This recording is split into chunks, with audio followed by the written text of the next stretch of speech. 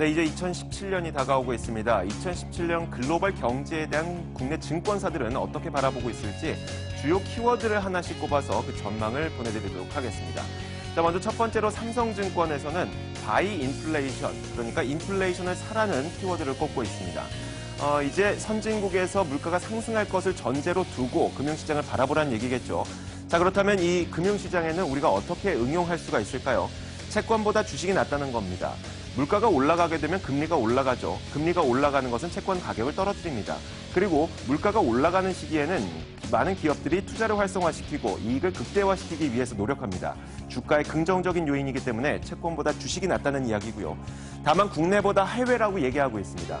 물가가 올라가는 것은 선진국들의 이야기이기 때문에 직접적인 수혜는 해외에 있다. 우리나라도 물론 간접적인 수혜를 받을 수는 있겠지만 직접적인 수혜가 나는 이 해외에 눈길을 돌리라고 얘기하고 있고요.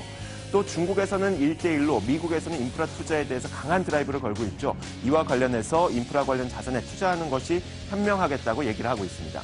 자, 이어서 두 번째로는 메리츠종금증권입니다. 밸런스를 얘기하고 있는데요. 신흥국과 선진국과의 경제가 이제 밸런스, 즉 보폭을 맞추게 될 것이라고 이야기를 하고 있습니다. 선진국들의 입장에서는 지금까지 물가 상승에 대비해서 지금까지 경제가 개선이 되고 있었지만 이제는 물가 상승에 대비해서 지금까지 유지해왔었던 통화 완화 정책을 어느 정도 속도 조절을 할 것입니다. 축소를 하게 되겠죠. 이렇게 될 경우에는 이제 하반기에 들어서면서 상승 탄력이 좀 줄어들 수가 있다는 이야기고요. 반대로 신흥국의 입장에서는 지금까지 신흥국들을 경제 위기 상황까지 몰고 갔었던 국제 유가와 같은 원자재 가격이 반등하게 되면서 이들의 경기가 개선이 될 거라는 겁니다.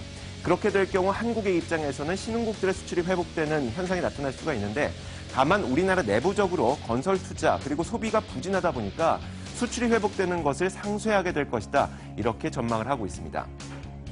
세 번째로 살펴보자면 미래에셋대우에서는 시대정신과 인플레라는 두 가지 키워드를 꼽았는데요. 시대정신은 간단하게 말하자면 경제의 패러다임이 전환된다는 이야기입니다. 지금까지의 통화정책이 재정정책으로 바뀌고 디플레이션이 인플레이션으로 변화하고 금융자산 쪽에서 실물자산 쪽으로 관심이 옮겨가게 될 것이라고 얘기하면서 인플레이션에 대한 전망까지도 내놓는데요. 일단 내년 상반기까지는 트럼프의 재정정책 그리고 유럽중앙은행이 이 자산 매입 규모를 줄이겠다고 하면서 인플레이션은 올라갈 것으로 전망을 하고 있습니다. 하지만 이 중순 이후가 된다면 재정 정책에도 어느 정도 제한이 나타나게 되겠죠. 한계를 느끼게 될 겁니다.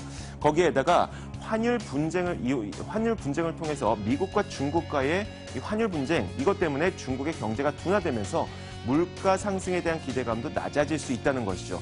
결국 상반기에는 상승하다가 하반기에는 그 상승 탄력이 조금 줄어들 수 있을 것이라고 전망을 하고 있습니다. 자, 이어서 하나금융투자에서는 실버락스라는 이런 키워드를 꼽고 있습니다. 실버락스가 무엇인지 정확한 정의를 내려놓고 있지는 않지만 우리는 이 골디락스라고 해서 이상적이고 안정적으로 경제가 완만하게 성장하는 것을 골디락스 경제라고 부르죠. 그것보다는 조금 못 미치지만 그래도 완만하게 경제가 성장하는 것을 나타내지 않을까 추정이 되고 있습니다.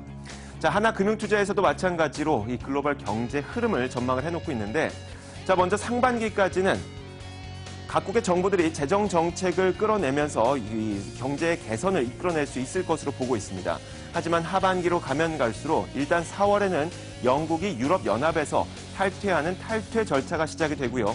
여기에다가 미국 재무부의 환율 보고서가 중순에 나오고 또 독일의 총선 그리고 유럽중앙은행이 자산 매입을 줄이겠다는 그런 이야기가 나오게 되는 시기가 되면 될수록 상승 탄력은 횡보세 혹은 하락세로 돌아설 수 있을 것이라는 이야기를 하고 있습니다. 상반기보다는 하반기가 좋지 못한 모습을 나타낼 수 있을 것이라고 이야기를 하고 있는 것이죠. 자, 여러분들과 함께 지금까지 살펴봤던 것처럼 우리가 여러 증권사의 전망을 볼 때는 하반기까지 예측을 하는 경우가 많습니다. 하지만 하반기 예측은 그렇게 특별히 맞는 경우가 많지는 않죠. 하지만 지금까지 살펴봤던 것처럼 상반기까지는 경기 개선이 이어질 수 있을 것이라는 게 대부분 증권사의 의견인 것 같습니다. 이런 점에서는 의미가 있어 보입니다. 시장을 읽는 남자였습니다.